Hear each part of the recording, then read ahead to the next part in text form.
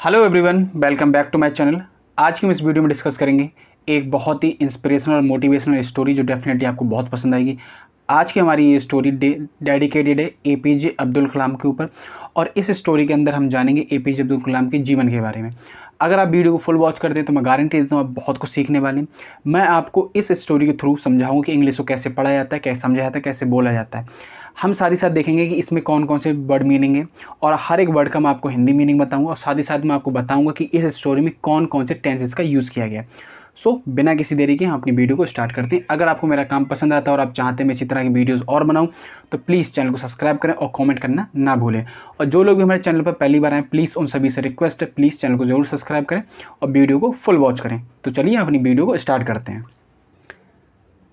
आज की हमारी स्टोरी का टाइटल है the missile man of India. ठीक है, the missile man of India. आप सभी को मालूम होगा कि एपीजे अब्दुल कलाम साहब को मिसाइल मैन ऑफ इंडिया के नाम से जाना जाता है, यानी भारत का मिसाइल मैन उनको कहा जाता है। ये टाइटल दिया गया था उनको, इसी टाइटल से उनको जाना जाता। तो यही टाइटल हमारी स्टोरी का भी है, यही शीर्षक हमारा स्टोरी का है, the missile man of India, यानी भारत का मिसाइल मैन किसको कहा जाता है, तो एपीजे अब्दुल कलाम को। अब आप जानना चाहें तो एपीजे अब्दुल कलाम का जन्म हुआ था 15 अगस्त यानी 15 अक्टूबर 1931 को हुआ था, और उनकी मृत्यु 27 जुलाई 2015 को हो गई थी। ठीक है, अब हम जानते हैं एपीजे अब्दुल कलाम का पूरा नाम क्या था। ठीक है, तो स्टोरी को हम स्टार्ट करते हैं। अबुल पाकिर जैनुल आबिदीन अब्दुल कलाम। ठीक है, तो एपीजे अब्दुल कलाम का पूरा जो नाम है वो है Abul Pakir Zainul Abidin Abdul Kalam, usually known as Dr. APJ Abdul Kalam was the 11th president of India from 2002 to 2007। ठीक है, तो एपीजे अब्दुल कलाम का जो पूरा नाम है वो है अबुल पाकिर जैनुल आबिदीन, और इनको यूजली मीन्स होता है सामान्यतः, नोन मतलब जाना जाता है, एज मतलब की तरह, डॉक्टर एपीजे अब्दुल कलाम। ठीक है, अब एपीजे अब्दुल कलाम वॉज मतलब थे, द 11th मतलब 11वें, प्रेसिडेंट मीन्स होता है राष्ट्रपति, ऑफ इंडिया मतलब भारत के, तो भारत के 11वें राष्ट्रपति थे एपीजे अब्दुल कलाम। और इनका जो कार्यकाल था वो 2000 से 2007 तक था, यानी 2002 से लेकर 2007 तक भारत के 11वें राष्ट्रपति के तौर पर रहे, यह इनका कार्यकाल रहा। APJ Abdul Kalam was born on 15th October 1931 at Rameswaram in Tamil Nadu. ठीक है, एपीजे अब्दुल कलाम का जन्म, वॉज बॉर्न मीन्स होता है जन्म हुआ था। ठीक है, ये पैदाइश हुई थी। तो जहां भी आपको ये वर्ड दिखाई दे कि वॉज बॉर्न, तो इसका मतलब जन्म हुआ था। ऑन मीन्स पर। ठीक है, ऑन प्रेपोजिशन होते हैं हम डेट के लिए यूज करते हैं। 15 मतलब 15, अक्टूबर मतलब अक्टूबर 1931, तो 15 अक्टूबर 1931 को इनका जन्म हुआ था एट रामेश्वरम। कहाँ पर? रामेश्वरम, तमिलनाडु के अंदर एक स्थान है, प्लेस है रामेश्वरम, वहाँ इनका जन्म हुआ था, इन तमिलनाडु यानी तमिलनाडु में। तो आपने देखा कि यहाँ पर प्रेपोजिशन एट का यूज़ कराया गया, यहाँ प्रेपोजिशन इनका यूज़ कराया गया, यहाँ प्रेपोजिशन ऑन का यूज़ कराया गया। तो ये तीनों की तीनों ऑन, एट, इन, ये तीनों की तीनों प्रेपोजिशन होती हैं। ऑन प्रेपोजिशन का यूज़ हमेशा हम डेट के साथ करते हैं। एट प्रेपोजिशन का यूज़ हम एडवर्ब ऑफ प्लेस के स्थान पर करते हैं, जहाँ भी प्लेस की बात करें, जहाँ हम छोटे प्लेसेस की बात करेंगे। जैसे कि आपने देखा तो रामेश्वरम एक प्लेस है जो कि तमिलनाडु के अंदर है, तो तमिलनाडु एक बड़ा प्लेस है। ठीक है, तो बड़े प्लेस के लिए हम इन प्रेपोजिशन का यूज़ करेंगे, छोटे प्लेसेस के लिए हम यूज़ करेंगे एट का। ठीक है, तो छोटे प्लेसेस के लिए एट का यूज़ करा जाता है, और बड़े प्लेसेस के लिए हम यूज़ करते हैं इनका। समझ पाया? तो ये तीनों की तीनों जो है प्रेपोजिशन होती हैं। Although he was born in a poor family. Although मतलब हालांकि, ही मतलब उनका, वॉज बॉर्न मतलब जन्म हुआ था, इन मीस में, ए मीस एक, पुअर मीस गरीब, और फैमिली मीस परिवार, तो उनका जन्म हालांकि गरीब परिवार में हुआ था। He was an exceptionally brilliant child. He मतलब वह, वॉज मीन्स थे, एन मीन्स एक, एक्सेप्शनली का मतलब होता है असाधारण रूप से, एक्सेप्शनली मीन्स होता है असाधारण रूप से। ब्रिलियंट अपने आप में एक बहुत ही कॉमन वर्ड है, डेफिनेटली आपको मालूम हो। ब्रिलियंट हम उन बच्चों के लिए यूज़ करते हैं, फिर ब्रिलियंट हम शब्द उन लोगों के लिए यूज़ करते हैं, ये एक एडजेक्टिव होता है, और हम इसका यूज़ उन लोगों के लिए करते हैं जो बहुत ज़्यादा होशियार होते हैं। ठीक, बहुत ज़्यादा चालाक होते हैं या फिर बहुत ज़्यादा किसी भी काम में बहुत ज़्यादा परफेक्ट होते हैं, तो उनके लिए हम यूज़ करते हैं ब्रिलियंट। तो ये बचपन से क्या थे, ब्रिलियंट चाइल्ड थे, यानी ब्रिलियंट चाइल्ड मीन्स होता है बच्चा, ठीक है। His father Zainul Abideen was a boat owner who ferried Hindu pilgrims at the Rameswaram temple in Tamil Nadu. समझ पाए आप। हिज मीन्स उनके, फादर मीन्स पिताजी, जिनका नाम था जैनुल आबिदीन, यानी जैनुल आबिदीन उनके पिताजी का नाम था और ये नाम उनको अपने पिताजी से मिला। वॉज मीन्स थे, ए मीन्स एक, बोट ओनर, बोट मीन्स होता नाव और ओनर मतलब होता मालिक, तो ये एक बोट के मालिक थे या फिर एक नाव के मालिक थे। हु मीन्स जो, फेरीड मतलब यात्रा कराया करते, फेरी का मतलब होता है नाव में, नाव के द्वारा नदी में चलाना या फिर एक स्थान दूसरे स्थान तक पहुंचाना, तो फेरीड कहलाता है। तो ये फेरीड कराया करते किनको, हिंदू पिलग्रिज्म। अब हिंदू का मतलब होता है आपका ऐसे हिंदू धर्म, पिलग्रिज्म का मतलब यात्री, जो हिंदू धर्म में तीर्थ यात्रा करते हैं उन लोगों को ये लेकर जाया करते थे। At Rameswaram temple, Rameswaram temple तक लेकर जाते इन तमिलनाडु, यानी तमिलनाडु के अंदर। His father was also an imam at the local mosque and his mother Ashima was a housewife, ठीक है। हिज फादर, हिज मीन्स उनके फादर मीन्स पिता, वॉज मीन्स थे, ऑल्सो मीन्स होता है भी, ऑल्सो मीन्स भी, एंड मीन्स एक, इमाम मतलब होता है जो मस्जिद में देखभाल करते हैं, केयर टेकर होते हैं, मस्जिद के इमाम जो होते हैं जो नमाज वगैरह पढ़ाते हैं उनको हम इमाम कहते हैं। At a local mosque, local का मतलब जो उनके क्षेत्र में थी, ठीक है, उनके घर के आसपास, तो लोकल कहलाएगी। मॉस्क का मतलब होता है मस्जिद, जिस तरह से टेम्पल को हम मंदिर कहते हैं, मंदिर को टेम्पल कहा जाता है, इसी तरह से मॉस्क को मस्जिद कहा जाता है। एंड और हिज मीन्स उनकी, मदर मीन्स माँ, जिनका नाम था आशिमा, वॉज मीन्स थी, ए मीन्स एक, हाउस वाइफ मीन्स गृहिणी, ठीक, हाउस वाइफ मीन्स क्या होता है, गृहिणी। तो उनकी माता जी तो गृहिणी थी और उनके पिताजी थे वो इमाम थे और साथ ही साथ वो फेरी यानी बोट भी चलाया करते थे। He started working at a young age, he मतलब उन्होंने, स्टार्टेड मतलब शुरू कर दी, वर्किंग का मतलब काम करना, एट अ यंग एज बहुत ही कम उम्र में, यंग एज का मतलब होता है बहुत ही कम उम्र में उन्होंने काम करना स्टार्ट कर दी। He sold tamarind seeds and newspaper to support his family. समझ पाए। ही मतलब उन्होंने, सोल्ड मीन्स बेचे, टैमरिंड सीड, टैमरिंड मीन्स होता है इमली और सीड्स मतलब होता है इमली के बीज, टैमरिंड सीड मीन्स लोगे इमली के बीज, एंड मीन्स और, न्यूज़पेपर मतलब होता है अखबार, टू सपोर्ट मतलब समर्थन देने के लिए, सपोर्ट करने के लिए, हिज मीन्स अपनी, फैमिली मीन्स परिवार, तो उन्होंने अपने परिवार को सपोर्ट करने के लिए, समर्थन देने के लिए, सहारा देने के लिए उन्होंने अपने परिवार को सहारा देने के लिए इमली के बीज बेचे और न्यूज़पेपरों को ही बांटा। After completing his schooling at the Rameswaram elementary school, ठीक है, आफ्टर मीन्स के बाद, कंप्लीटिंग का मतलब समाप्त करने का, पूरा करने के बाद, हिज मीन्स अपनी, स्कूलिंग का मतलब हो गया स्कूली शिक्षा को, एट द, एट का मतलब जहाँ, जिस स्कूल से उन्होंने अपनी स्कूलिंग को कंप्लीट किया, रामेश्वरम एलिमेंट्री स्कूल, इस स्कूल से उन्होंने अपनी स्कूलिंग के या फिर स्कूली शिक्षा को समाप्त किया, फिर कंप्लीट किया, पूरा किया। Kalam went to attend saint Joseph college in Tiruchirappalli, ठीक है। कलाम मीन्स कलाम यानी अब्दुल कलाम, बेंट मीन्स गए, गो मीन्स होता है जाना और गो की सेकंड फॉर्म होती है बेंट और सेकंड फॉर्म ऑलवेज डिफाइन करती है पास्ट इंडेफिनिट टेंस को। तो मतलब कलाम गए, कहाँ गए, टू अटेंड का मतलब आमंत्रित किया गया फिर अटेंड करने, सेंट जोसेफ कॉलेज, जिस कॉलेज में ये गए, और ये कॉलेज था आपका तिरुचिरापल्ली में, यानी तमिलनाडु के अंदर एक प्लेस है तिरुचिरापल्ली, वहाँ पर ये गए अपनी आगे की शिक्षा को कंप्लीट करने के लिए। The college was affiliated to the university of Madras, the college यानी जिस कॉलेज से अपनी पढ़ाई करने गए वो कॉलेज मीन्स वॉज एफिलिएटेड का मतलब संबंधित था, एफिलिएट मतलब होता संबंधित होना, to the Madras, to the university of Madras यानी यूनिवर्सिटी ऑफ मद्रास से वो कॉलेज संबंधित था, ये जुड़ा हुआ था। फ्रॉम मीन्स से, वेयर मीन्स जहाँ से, ही ग्रेजुएटेड इन फिजिक्स इन 1954, ठीक है।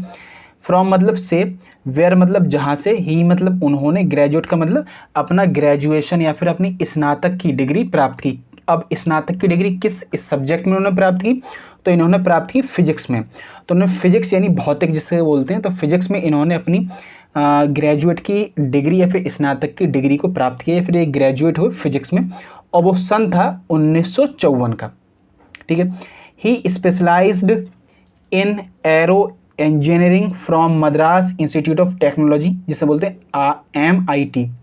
ठीक है। Doctor Abdul Kalam was a great scientist. ठीक है, इसके आगे हम पढ़ते हैं। तो doctor Abdul Kalam was means थे, ए मीन्स से, ग्रेट मीन्स महान, साइंटिस्ट मीन्स वैज्ञानिक होता है। तो डॉक्टर APJ अब्दुल कलाम एक बहुत ही महान वैज्ञानिक थे।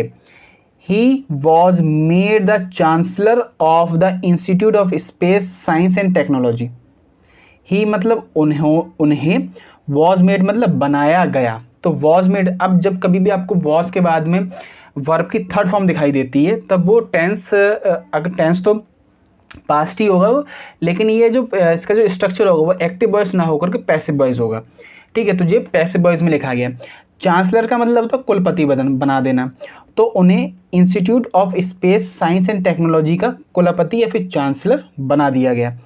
ही worked in defence research and development organisation, जिसे हम बोलते हैं DRDO। तो DRDO एक भारत की संस्था है, एक भारत सरकार के अंदर आने वाली एक संस्था है जो कि डिफेंस रिसर्च का काम करती है। तो DRDO फुल फॉर्म होती है defence research and development organisation. तो इन्होंने इसके लिए भी काम किया। ही मतलब उन्होंने, वर्क मतलब काम किया, इन मतलब में defence research and development organisation DRDO में काम किया। इन मिस में 1958, और वो सन था 1958 का।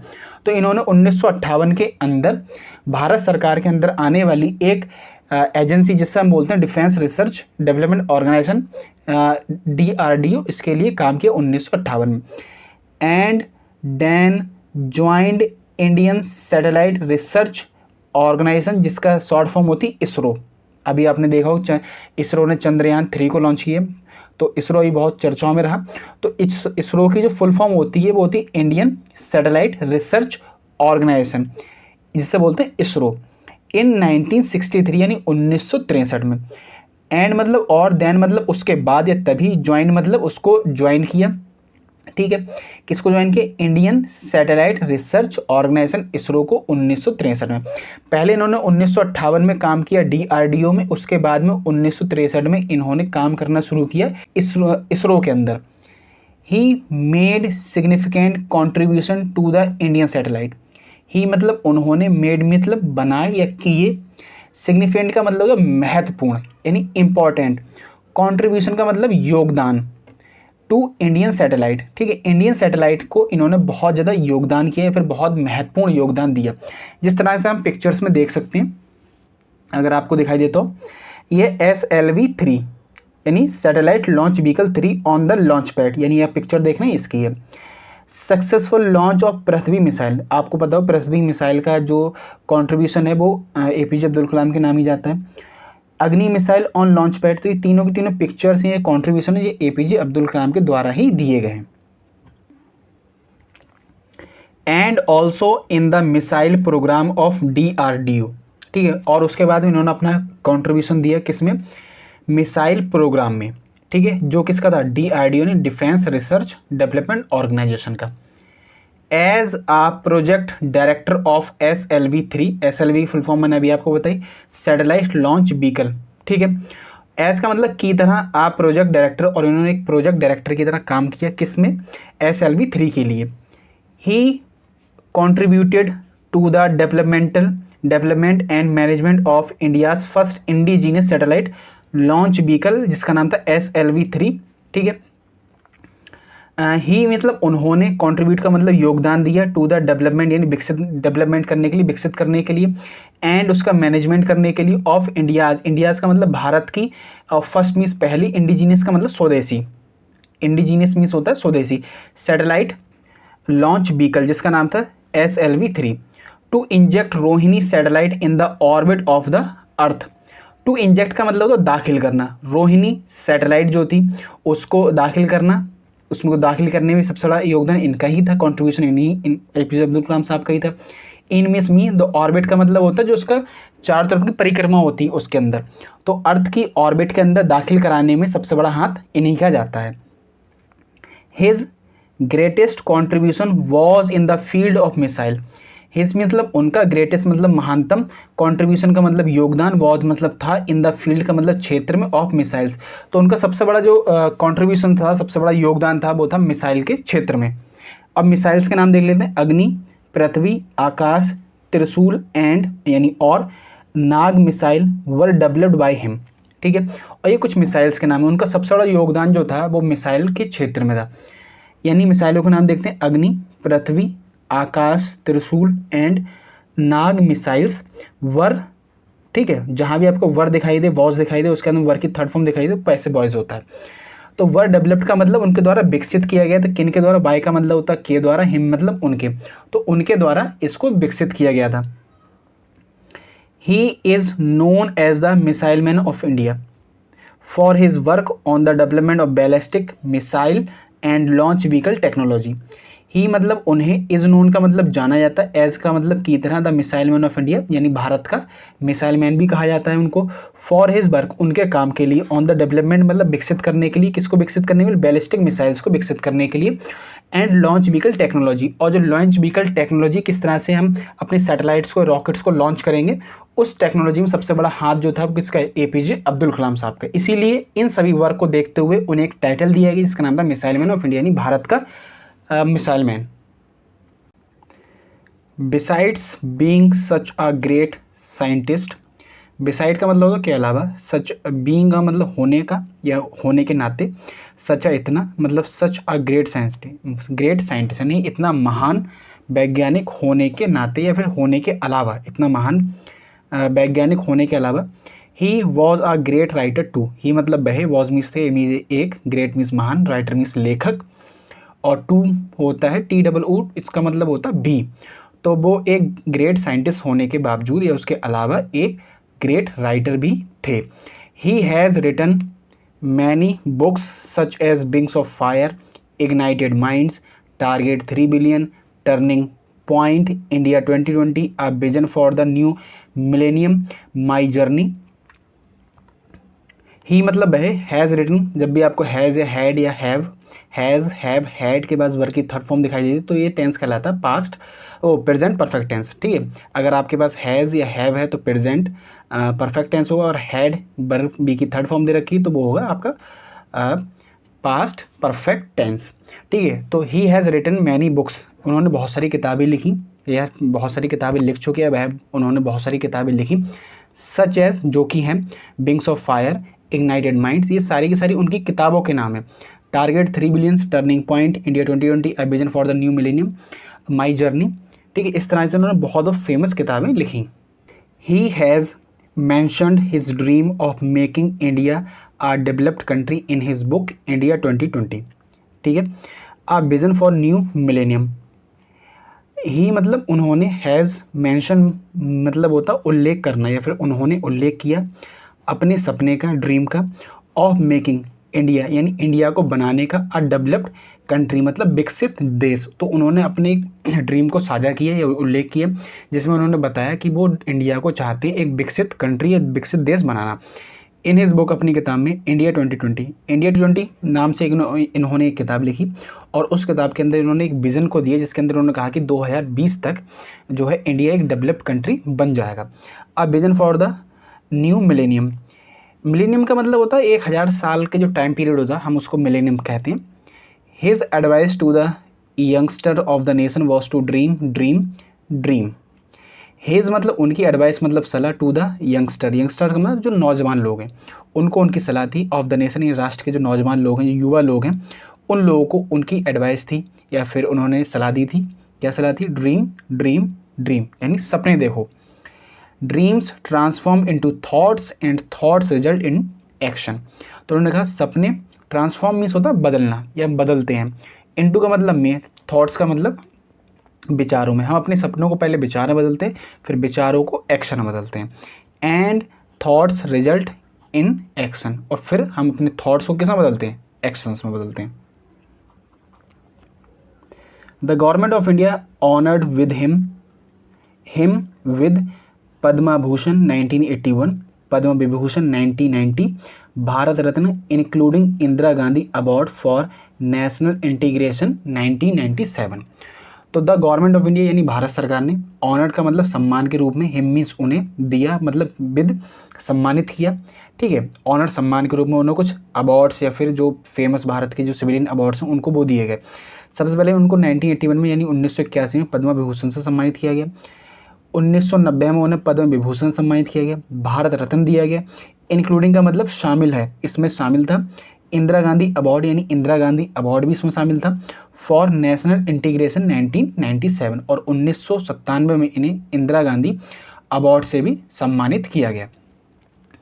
Doctor Kalam passed away on 27 जुलाई 2015, ठीक है। डॉक्टर कलाम पास्ड अवे, पास्ड अवे का मतलब तो गुजर जाना, ये मृत्यु हो गई, देहांत हो गया।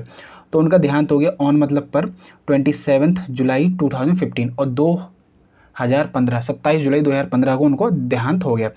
While delivering a lecture at the Indian institute of management IIM इन शिलोंग, ठीक है।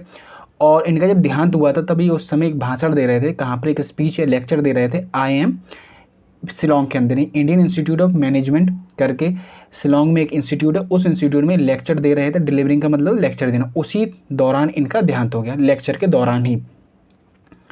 The whole world was shocked and saddened by the sudden and the ultimately death of the simple, ठीक है। द होल वर्ल्ड का मतलब पूरा संसार, was shock का मतलब सदमे में था, और सैडन मतलब तो उदास था, बाय द सडन यानी अचानक से, इनकी अचानक से डेथ से पूरा संसार जो था वो बहुत ज़्यादा दुखी या फिर शौक में था। द सिंपल, सिंपल का मतलब साधारण, हम्बल का मतलब दयालु, एट का मतलब at one of the greatest man of our time, ठीक है। और एट का मतलब अभी तक के, one of the greatest man, greatest man का मतलब हो गया बहुत ही महान व्यक्ति, ऑफ आवर टाइम, और ये अपने टाइम के सबसे ज़्यादा महान व्यक्तियों में से एक व्यक्ति थे। इस पिक्चर के अंदर आप देख सकते हैं कि उस समय के तत्कालीन राष्ट्रपति के द्वारा राष्ट्रपति द्वारा APJ अब्दुल कलाम साहब को भारत रत्न यानी रत्न अवार्ड दिया जा रहा है, यानी receiving the Bharat Ratna from president KR Narayan. तो इनके द्वारा इनको एक अवार्ड, भारत रत्न अवार्ड दिया जा रहा है, इस पिक्चर के अंदर आप देख सकते हैं। तो ये थी कहानी, डेफिनेटली आपको बहुत पसंद आई होगी। यहाँ पर नीचे कोड भी दे रखा है APJ अब्दुल कलाम साहब का, if you want to shine like a sun, if you want to shine like a sun first you वन लाइक अ सन। ये कहानी थी, मैंने आपको पढ़ के सुनाई, डेफिनेटली आपको बहुत पसंद आई हो। अगर आपको मेरा काम पसंद है तो प्लीज़ वीडियो को शेयर करें, चैनल को सब्सक्राइब करें और कमेंट करना ना भूलें। थैंक्स फॉर वॉचिंग, मिलते हैं नेक्स्ट वीडियो में।